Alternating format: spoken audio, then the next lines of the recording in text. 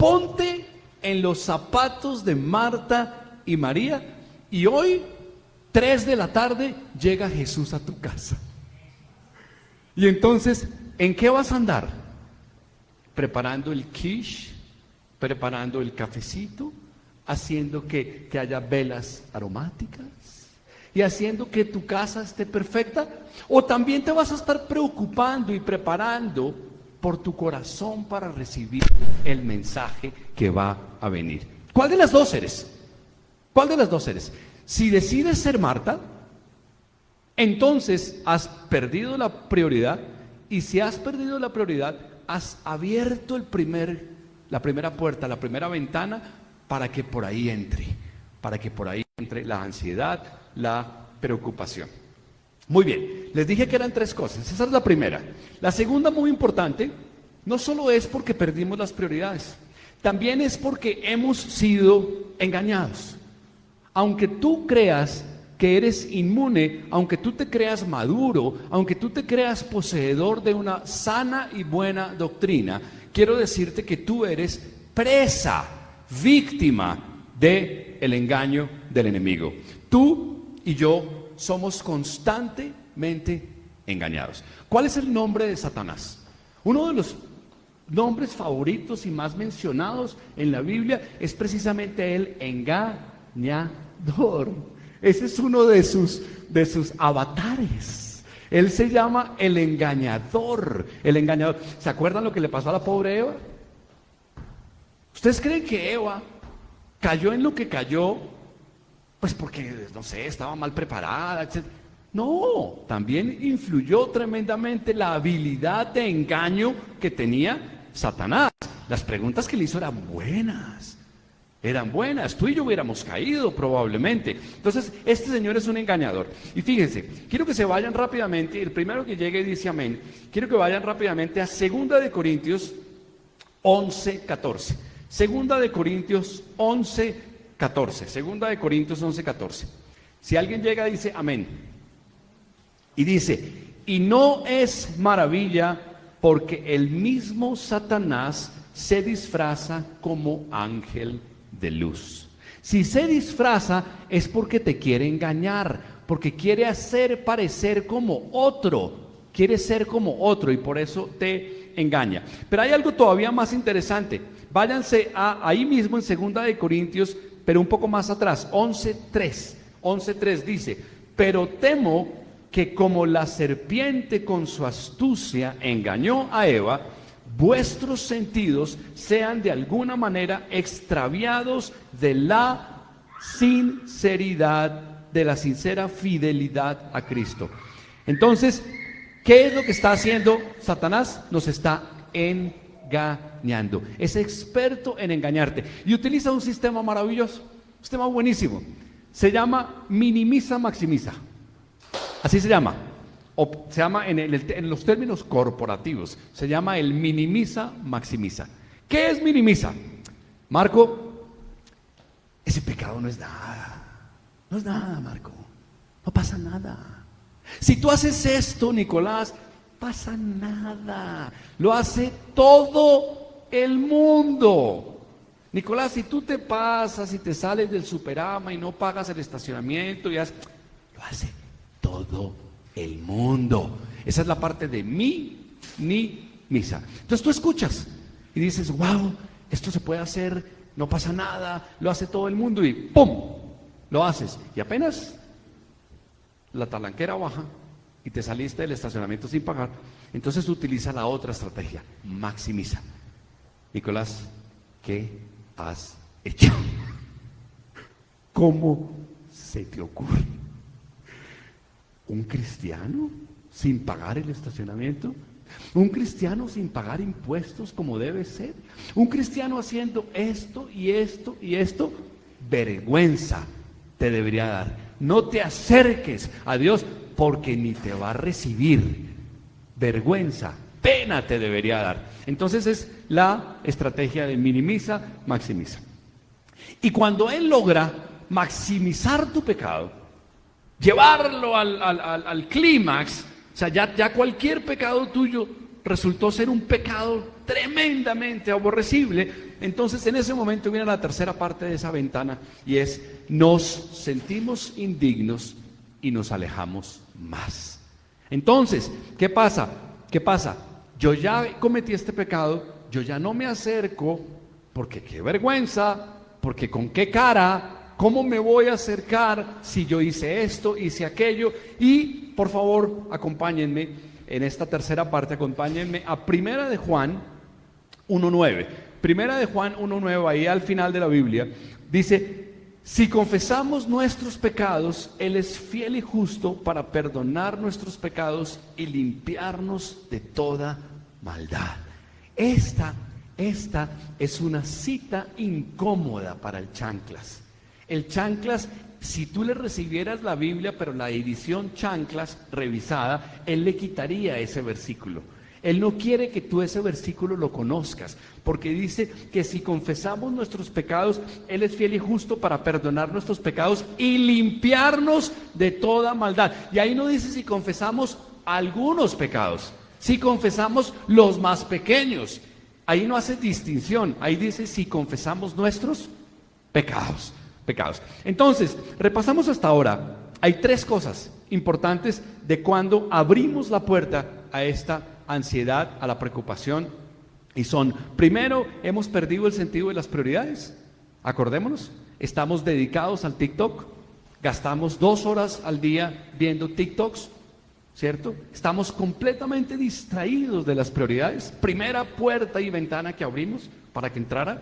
Segundo, muy importante, fuimos engañados. Esto no es culpa tuya.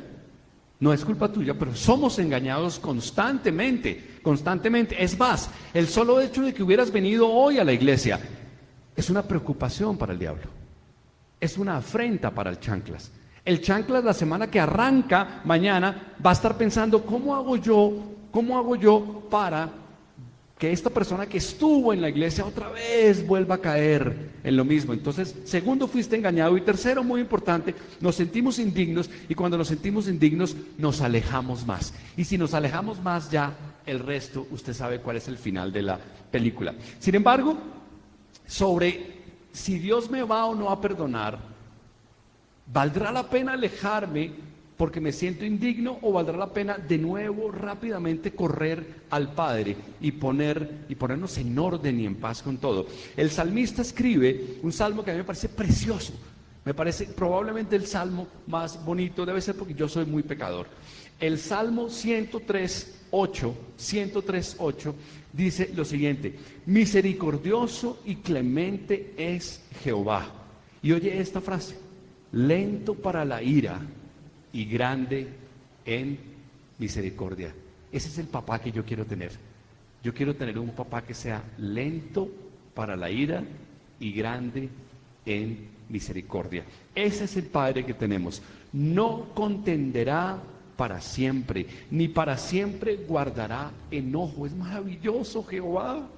Es maravilloso. No es como algunas personas que nos dicen que nos perdonan, pero al mes recuerdan la misma cosa. Especialmente del sexo opuesto me ha pasado, que cuando me perdonan por algo, al mes entrante me recuerdan, y me recuerdan, y me lo recuerdan, y me dicen: pero es que hiciste esto. En cambio, este Jehová, Padre nuestro, no contenderá para siempre. ¿Qué quiere decir contender? Pelear. No contenderá para siempre, ni para siempre guardará enojo. Entonces, esto a mí me parece una esperanza muy grande. Entonces, ya dije las tres cosas por las que abrimos esas ventanas y esas puertas, y se mete por ahí, y entonces somos presas de la ansiedad y presas de la preocupación. Empezamos a preocuparnos por ¿qué va a pasar mañana? ¿Qué pasa si pierdo el empleo? ¿Qué pasa si mi esposa se enferma? ¿Qué pasa si mi hijo hace esto o aquello? ¿A ustedes les pasa eso o solo me pasa a mí? Por ejemplo, anoche, para variar, mi hijo estaba en una juerga, en una, no sé qué cosa, tengo ni idea, una fiesta. Y por supuesto, cuando el hijo te dice que llega a cierta hora, normalmente hay que sumarle 2. Nunca llega a la hora que dice. Entonces yo me acosté temprano Pero yo me acosté temprano, pero yo no me acosté solo. Yo en la cama mía me acosté con alguien llamado ansiedad, preocupación. Y entonces puse la cabeza en mi almohada y empecé a imaginarme, ¿y si pasa esto? ¿Y si está en esto? ¿Y si hizo esto? ¿Y si un amigo le dijo esto? ¿Y si pasó aquello? Y entonces empieza tu cerebro a maquinar y a maquinar y a imaginarte mil cosas, mil cosas. ¿Y sabes qué es lo que termina pasando? Que no te sientes bien.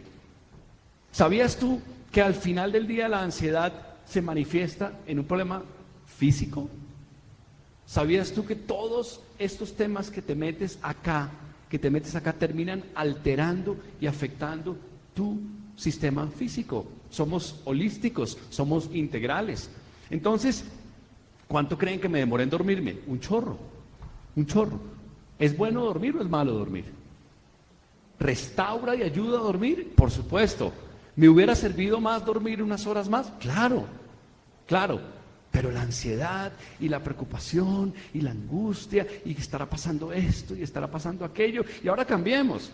¿Qué pasa cuando prendemos las noticias y empezamos a ver las noticias? CNN. ¿Sabes qué quiere decir CNN?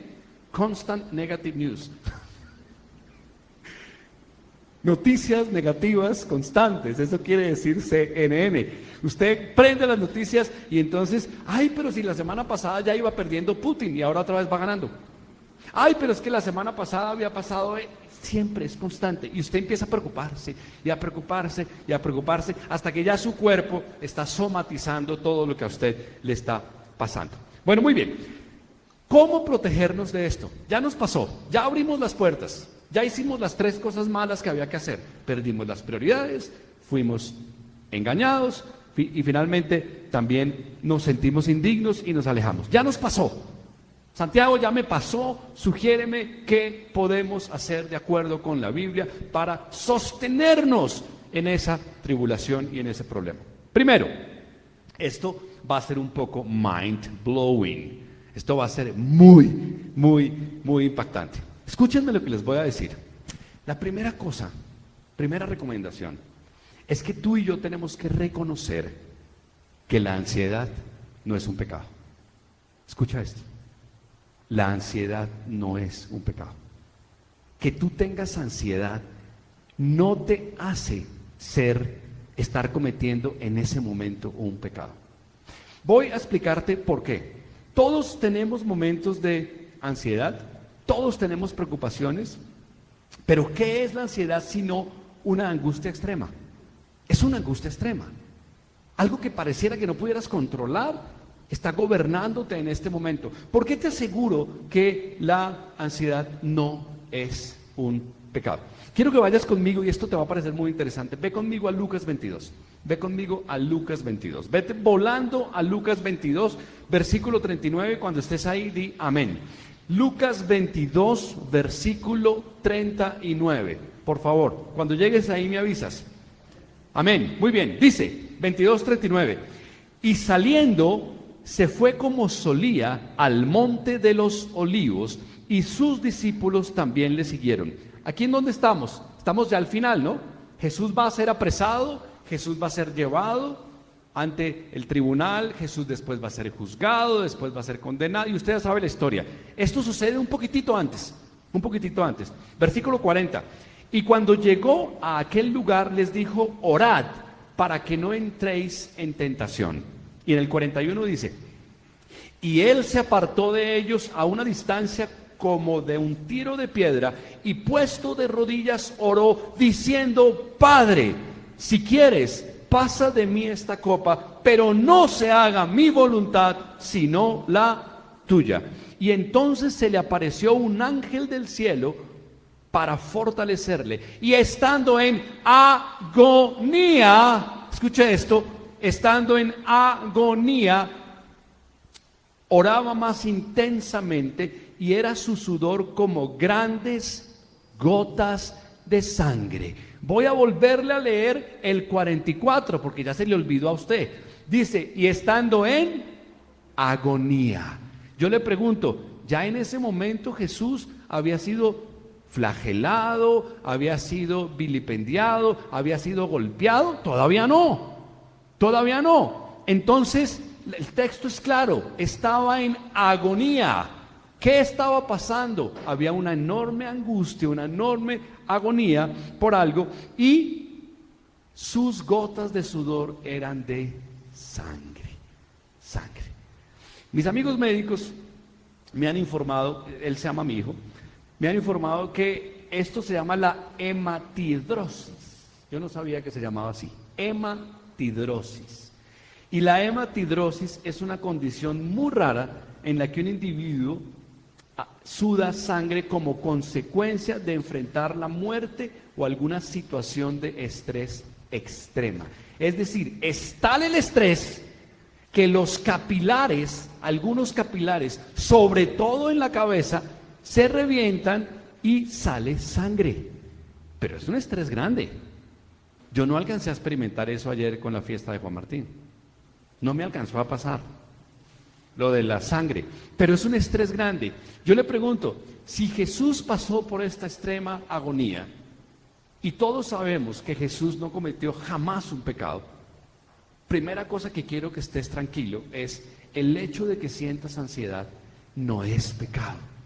¿Por qué? Porque a veces nos topamos con un cristiano y le decimos, tengo preocupaciones, tengo ansiedad, tengo tristeza, estoy devastado. Y entonces le citan a uno Filipenses 4, rejoice in the Lord, regocíjate en el Señor, en todo estéis agradecidos. Y entonces te dicen todo el texto y pareciera que uno siente que no tiene derecho a tener ansiedad, que no puede tener ansiedad, que está mal tener ansiedad, que es un pecado tener ansiedad. Y resulta que todos la vivimos. Entonces, ¿sabe qué pasa? Cuando tratamos la ansiedad, ¿sí sabe qué pasa? Que ninguno en este recinto se atreve a decirle al otro que tiene ansiedad. Entonces vivimos una vida, yo estoy pasando por esto, y por esto, y por esto, pero no lo digo, porque apenas lo digo, me sacan Filipenses 4:6. Y yo no quiero que me saquen Filipenses 4:6, yo quiero que me escuchen, quiero que oigan lo que me está pasando. Y yo tengo en este momento una enorme ansiedad. Entonces, esa es la primera parte. Vamos a reconocer que la ansiedad no es un pecado. Esa es la primera. Segunda, muy importante. Ya hablamos de, primero, entender que no es un pecado. Y segundo, muy importante, la ansiedad, escúchenme, es completamente inútil. Inútil. Inútil. Una cosa es que no sea pecado. No es pecado. Pero ¿por qué tú y yo no debemos vivir en la ansiedad? Porque la ansiedad es inútil, inútil. La presencia de la ansiedad es inevitable. La prisión de la ansiedad es opcional. Tú decides ser preso de la ansiedad. Vas a tenerla siempre, pero tú decides si eres preso de la ansiedad. ¿Qué quiero decir con que la ansiedad no sirve para nada? ¿Será que este exceso de preocupación y de angustia tiene algún valor? ¿Con esto soluciono algo? ¿Con esto resuelvo lo que me está pasando? Cuando usted, por ejemplo, le dan un diagnóstico médico adverso y usted sale y se preocupa y se preocupa y se preocupa y se preocupa, ¿se mejora más? ¿O le pasa exactamente lo contrario? Primero le fallaba el riñón. Ahora le falla el riñón y le falla el hígado, después le falla todo. Precisamente porque la ansiedad per se no sirve para nada. Mire, acompáñenme a un pasaje que está en Mateo 6:27. Mateo 6:27. Cuando llegue ahí me cuenta. Mateo 6:27. Mateo 6:27 dice, en mi versión Reina Valera dice, ¿y quién de vosotros podrá, por mucho que se afane, añadir a su estatura un codo?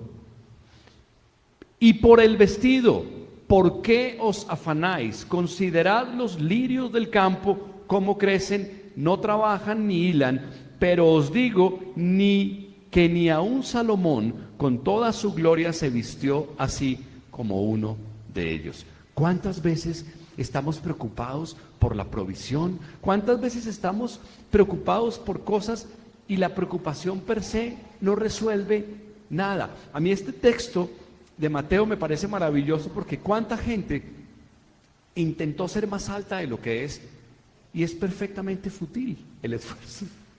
Ay, es que yo mido uno no sé qué, es que yo quiero medir 1,90. Por más de que yo me afane, por más de que yo me angustie, por más de que yo me preocupe, me cuelgue de una barra, yo voy a medir lo mismo.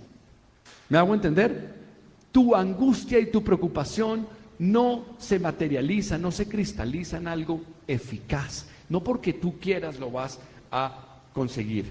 Dormimos mal, nos imaginamos escenarios desastrosos que todavía no han ocurrido, damos vuelta en la cama, parecemos como una tortilla cocinándose, damos vuelta en la cama, somatizamos el estrés y al final del día, ¿qué pasa? El problema es el mismo, pero nos levantamos con dolor de cuello, con dolor de espalda, con problemas estomacales, etcétera, y no se ha solucionado en realidad absolutamente nada. Entonces, ya vimos, primero, no es pecado. Segundo, muy importante, no sirve para nada. La ansiedad no sirve para nada. Tercero, muy importante, y esto empieza a ponerse un poco mejor. ¿Cuál es la tercera recomendación muy importante frente a esto? La recomendación es que hay que soltar la carga a quien sí puede con ella. Hay que soltarle la carga al que sí puede con ella. Porque hay alguien que sí puede con esa carga, pero no la va a recibir a no ser de que tú se la entregues, a no ser de que tú se la pases. Y aquí sí quiero citar lo que he venido citando antes, Filipenses 4:6. Por favor, acompáñenme a Filipenses 4:6. Podría ser el versículo central de esta reflexión. Filipenses 4:6 dice, si llegaron ahí, dice, por nada estéis afanosos. Por nada estéis afanosos. ¿Qué quiere decir afanosos? Ansiosos, angustiados. Por nada estéis afanosos, si no sean conocidas vuestras peticiones delante de Dios en toda oración y ruego con acción de gracias. Por nada estéis afanosos. Entonces, miren la recomendación. Algunos dirán, para el apóstol Pablo, pues escribir eso es fácil, es el apóstol Pablo. ¿Tú sabías que Filipenses fue escrito en la cárcel? ¿Tú sabías que Filipenses fue escrito mientras Pablo estaba amarrado a un cepo en la cárcel? ¿Tú sabías que Pablo fue el visitante sine qua non de todas las cárceles de Asia Menor? Todas las cárceles de todos los pueblos, ciudades que visitó, eran el primer lugar donde él terminaba yendo, y no por su voluntad. No tenía una misión con los presos, terminaba yendo preso. Bueno, ese hombre escribe el libro de la carta a los filipenses y en esta parte dice, por nada estéis afanosos. Entonces dice, preocuparte no te sirve. Eso es por nada estéis afanosos. Preocuparte no te sirve. Y después de la coma viene el consejo. Dice, si no sean conocidas vuestras peticiones delante de Dios. ¿Qué es lo que hay que hacer? No hay que estar afanoso, no hay que estar angustiado, sino que hay que ponerse en acción. Me molesta esto, me preocupa esto, me aqueja esto, me oprime esto. Entonces, ¿qué hago con esto? ¿Me preocupo o lo pongo en oración delante del Señor? Sean conocidas vuestras peticiones delante de Dios en toda oración y ruego. Ojo, y después de la coma viene otra cosa demoledora, interesante. No puedes llevar tus peticiones a Dios con actitud de queja. No puedes llevar lo que te hace falta y quisieras que sucediera con lamento y con queja. Con acción de gracias. No quiere Dios que te estés quejando ni lamentando. Quiere Dios que tu acción, que el momento de llevar tu petición sea eficaz, que sea una conversación, que le digas, me está pasando esto, no quiero esto. Una vez, cenando, hace mucho tiempo, más de no sé cuántos, unos 2 o 3 años, estaba cenando con Marco y con Paola en casa, y Paola hizo la mejor definición que yo he oído, es el insight más grande que yo he oído en mi vida cristiana, de la diferencia entre rezar y orar. Yo nunca me había reparado en reflexionar sobre eso. Nunca había pensado en eso. Y Paola dijo lo siguiente, mira, voy a tratar de parafrasear, han pasado 3 años, voy a tratar de parafrasear. Paola dijo algo así, Dios es tu padre. Imagínate a tu papá de acá. Imagínate que tú quieres algo de tu papá. ¿Quieres algo? O sea, normalmente los padres suelen ser proveedores de algo para nosotros. O de consejos también, no solo de cosas materiales. Tú quieres algo de tu padre. Y entonces tú te conectas y te comunicas con tu padre en una conversación y en lugar de decirle de corazón lo que quieres, empiezas a repetir algo. A repetir algo. Como hacen las señoras cuando rezan el rosario. Y a repetir lo mismo. Y a repetir, alabado seas, gracias. Y después vuelves y repites. Vuelves y repites. Y lo repites 30 veces. Imagínate a tu padre escuchándolo. La primera vez presta un poquito de atención. La segunda vez dice, uy, a este se le pegó, se le dañó la aguja del tocadiscos, del tornamesa. Y después vuelve y dice lo mismo. Y ya en la quinta y sexta y séptima vez, esa repetición, esa perorata, esa cacofonía dejó de ser constructiva. Y ya no vas a conseguir nada de tu padre. Ahora, eso se llama rezar. Ahora piensa en orar. ¿Qué es orar? Es una conversación. Es una conversación donde tú le dices, Señor, sí, me pasa esto. Me gustaría que esto cambiara en mi vida. Quisiera que esto fuera diferente.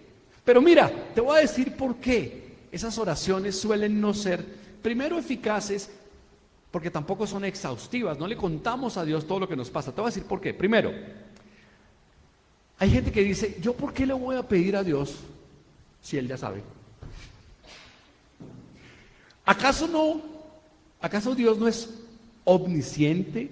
¿No tiene sapiencia total? ¿Para qué yo voy a gastar mi saliva y mi esfuerzo en decirle a Dios esto si Él ya sabe? Entonces yo me ahorro eso y no se lo digo. ¿Por qué? Otra de las grandes preocupaciones es, ¿por qué yo le voy a decir si de pronto esa preocupación mía es muy chiquita para Él? Porque es apenas mía. ¿Y quién soy yo? Entonces, voy a solucionar estas 2 preguntas fundamentales. Primero, ¿por qué voy a pedirle yo a Dios algo que Él ya sabe? ¿Por qué? Porque lo que Dios quiere no es enterarse. Hey, hello, Dios no quiere enterarse porque ya sabe. Dios quiere que tú, al pedírselo, reconozcas tu dependencia hacia Él. Y le digas, Señor, en mis fuerzas yo no pude con esto. Yo te entrego esto que es más grande que yo, porque tú lo puedes resolver. Y declaro tu gloria y tu poder sobre mis preocupaciones y sobre mis dificultades. No es que lo estés enterando, no lo estás enterando, le estás dando su lugar. Es muy diferente enterarlo a darle su lugar.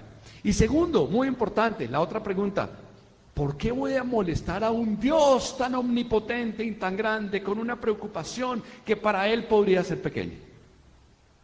Escucha esto, si está en tu mente, escucha esto, si está en tu mente, está en su corazón.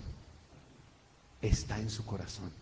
Cualquier cosa que esté en tu mente está en su corazón. Él está interesado. Basta con que esté en tu mente para que esté en su corazón. Entonces, ¿qué tenemos que hacer? Orar. Decirle, Señor, me pasa esto, quisiera esto, no he conseguido esto, ayúdame con tu fuerza, no con la mía. Dame las herramientas y las habilidades para que yo pueda pasar por encima de esto. Muy bien, esa es la tercera. Número 4, muy importante. Esperar la respuesta. Aquí viene lo bonito. Yo hice lo que Paola me recomendó. Yo no repetí. Yo hablé de corazón.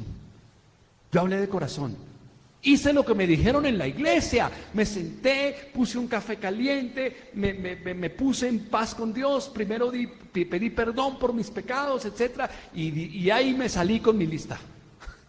Y le dije a Dios, quiero esto, quiero esto, quiero esto me preocupa, etc. Y entonces yo, como lo hice, de acuerdo a lo que me han enseñado, yo estoy esperando que esto suceda mañana.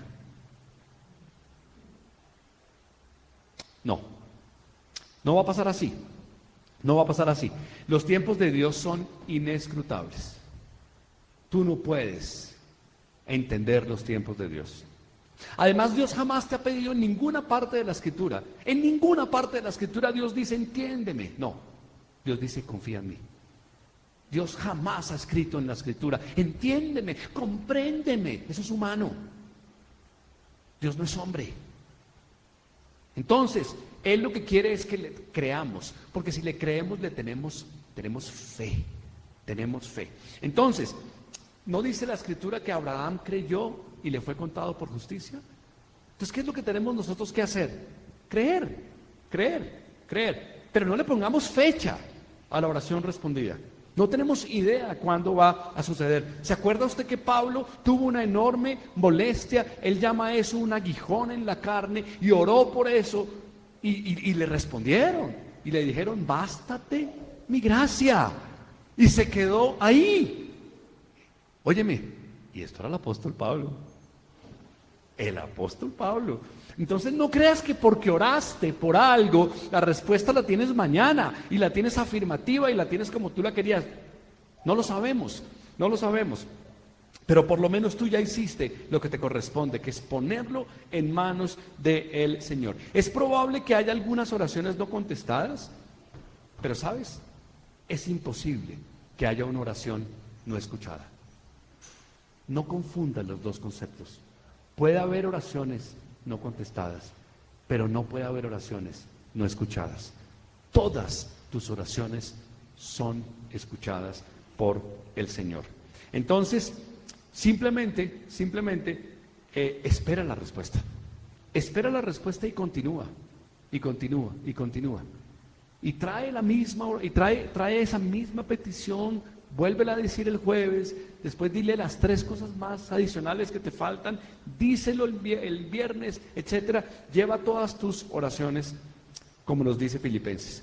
Y quinto y último, muy importante, como la respuesta no es inmediata, a veces algunas oraciones, como no es inmediata, una oración respondida, por supuesto que nos llena de confianza, pero una oración que no ha sido respondida, ¿qué pasa? Cualquiera ante una oración respondida tiene una enorme fe. Cualquiera. Por ejemplo, si usted hubiera estado en el barco en medio de la tempestad y se para Jesús de estar dormido y calma la tormenta, en ese momento ¿no tiene usted un exceso de fe? Cualquiera. Acaba de ver un milagro, acaba de haber una oración respondida. Así cualquiera, ¿cierto? Pero lo potente es que usted sea capaz de tener la fe cuando la oración no ha sido respondida. Es ahí donde está. Es ahí donde está la gracia. Es ahí donde está lo que tenemos juntos que conseguir caminando con Cristo. Pero lo que pasa es que una vez usted puso ese problema en manos de Dios, usted debería dejar de preocuparse por el mismo problema. Ya lo puso en manos de Dios. Pero yo sé que nosotros somos humanos y somos súper evolucionados y avanzados, pero ¿saben? A veces se me antoja que ustedes y yo somos rumiantes, porque somos expertos en rumiar problemas. ¿Usted sabe cuál es la definición de rumiar? Rumiar es que lo que ya ha sido digerido se devuelve y otra vez lo mastica. ¿No le pasa eso con sus problemas? Diga la verdad. ¿No le pasa con sus problemas que los pasa y después por la noche y otra vez está rumiando el mismo problema y ya se lo había puesto en manos de Dios y otra vez está en el proceso de rumiar el mismo problema? Eso sí no quiere Dios. Si ya lo pusiste, deja. No dice en Mateo, venid a mí los que están cargados, cansados, que yo os haré. Otra vez, que yo os haré descansar. Entonces deja de rumiar, deja de cansarte recordando lo mismo. Tú ya hiciste tu parte, ya tu oración ha sido y tu petición ha sido conocida. déjale el resto a Dios. Déjale el resto a Dios. Y, ¿sabes? Sigue orando, porque habrá otras peticiones. Habrá muchas más cosas que tú necesites y quieras conseguir.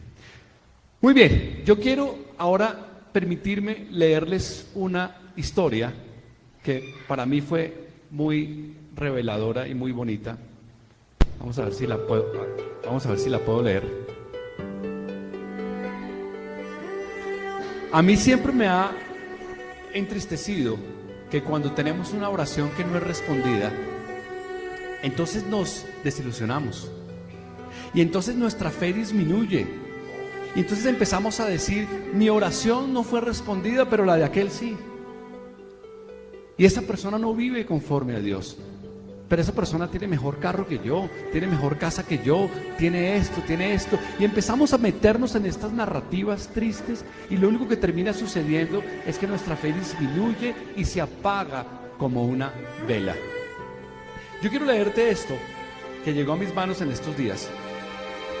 Y dice así: Brandon tenía solo 6 años y una mañana de sábado decide levantarse antes de sus padres porque quiere sorprenderlos con un desayuno de pancakes. Encuentra un tazón grande, encuentra una cuchara plástica de buen tamaño y se acerca a un banquito a la alacena para lograr alcanzar la harina en la que estaban los pancakes. A todas estas, su papá y su mamá dormían y él ya estaba en la cocina tratando de alcanzar el bote donde estaba la harina. Muy bien. El tarro de la harina era grande y era pesado y su tapa no estaba ajustada. Por supuesto, se cayó al suelo, regándose toda la harina. Y en el suelo con sus manos recogía un poquito de harina y la echaba en ese gran bowl para poder hacer los pancakes con los que sorprendería a sus padres al desayuno. ¿Quién de ustedes ya se imaginó la cena? ¿Quién de ustedes ya tiene la cena imaginada? Muy bien. En ese momento, recuerda que para hacer los pancakes se necesita también leche, se necesita también huevos, se necesita azúcar y mantequilla. Entonces procede a la refrigeradora y agarra la caja de leche. En el momento que agarra la caja de leche y la abre, la caja salpica unas gotitas. Y esas gotitas de leche atraen a un habitante de su casa, su gato. Y entonces su gato ya está presente. Vierte la leche sobre el bowl con la harina y empieza a revolverlo, pensando, después de esto, ¿lo pongo en el microondas o lo pongo en la estufa? Ninguno de los dos lo sé manejar. Entonces estoy angustiado porque no sé manejar ninguno de los dos. Y en el momento en que cae en cuenta de que tiene que traer el cartón de huevos y se aproxima a donde están los huevos, en ese momento el gato toma ventaja y ya el gato está inclinado sobre el bowl tomándose la harina con la leche. En ese momento Brandon da un movimiento súbito para espantar al gato y con su codo tumba el cartón de los huevos. Y entonces ahora todos los huevos están en el piso, rotos, al lado de la harina que se ha regado. En ese momento Brandon observa la escena. Los pancakes no están saliendo como él esperaba. Y dice, voy a tener que limpiar. Y da un movimiento brusco y se resbala. Y cae encima de los huevos y la harina. Y ahora su pijama está completamente llena de clara, yema, harina, leche, todo. En ese momento decide quedarse sentado en el suelo, frustrado, triste porque no va a poder sorprender a sus padres con unos pancakes. Y en ese momento pasa lo que él no esperaba, y es que en ese momento siente una presencia. Y en la puerta de la cocina ve a un hombre que es su padre, 1,90, espalda de radiador, en la puerta. Y entonces Brandon dice: esto no solo fue un fracaso culinario, sino que esto va a terminar en una paliza histórica. Y entonces el papá lo observa en el momento en que una lágrima grande corre por su mejilla, y el papá se le acerca, se agacha, lo abraza para asegurarse de que todo el huevo, la harina y la leche también quedan en su pijama. Lo abraza fuerte, fuerte, y le dice: a mí me interesan tus intenciones, no cómo salió esto. Para mí estos fueron mis mejores pancakes. Pero te quiero recomendar algo, hijo.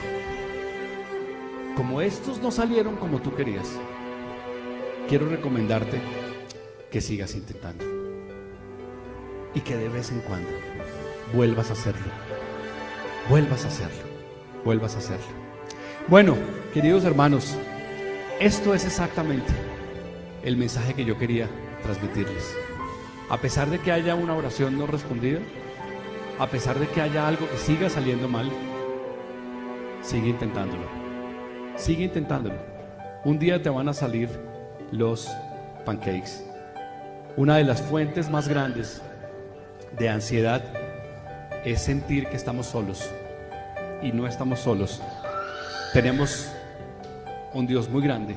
Tenemos un Señor muy grande que sí sabe cómo se hacen los pancakes y que está esperando que tomemos la iniciativa y que pongamos nuestras peticiones en sus manos y que lo dejemos obrar. Inclina tu cabeza y acompáñame con esta oración. Señor, gracias por este domingo. Gracias, Señor, porque venimos de una semana donde muchas cosas no salieron como queríamos. Señor, gracias porque hubo dificultades. Señor, gracias porque hubo cosas que salieron muy mal, Señor. Porque lo que esperábamos que sucediera no pasó, Señor. Gracias porque tuvimos problemas de salud. Gracias porque tuvimos incluso momentos de carencias económicas, pero Señor, sabemos que tú estás al control, Señor. Sabemos que cielo y tierra pasarán, pero tus palabras no pasarán, Señor. Y tú nos dijiste que somos tus hijos, y los hijos pedimos, y los hijos doblamos la rodilla, y te recordamos que te necesitamos y que dependemos de ti, Señor. Señor, cobíjanos esta semana que arranca, y ayúdanos a no vivir en la preocupación y en la ansiedad, sino a poner esas cargas pesadas en tus brazos fuertes. Gracias, Señor, por este domingo, por las personas que hoy han venido a escucharnos y las que nos van a poder escuchar después, por sus familias, por sus trabajos, por sus vidas. Y gracias, Señor, porque a partir de hoy vamos a seguir intentando una vez más librarnos de nuestra ansiedad y de nuestras preocupaciones y poniendo esas cargas sobre tu espalda. Y vamos a seguir haciéndolo hasta que nos queden bien hechos los pancakes. Amén, amén y amén. Gracias, iglesia. Gracias, iglesia.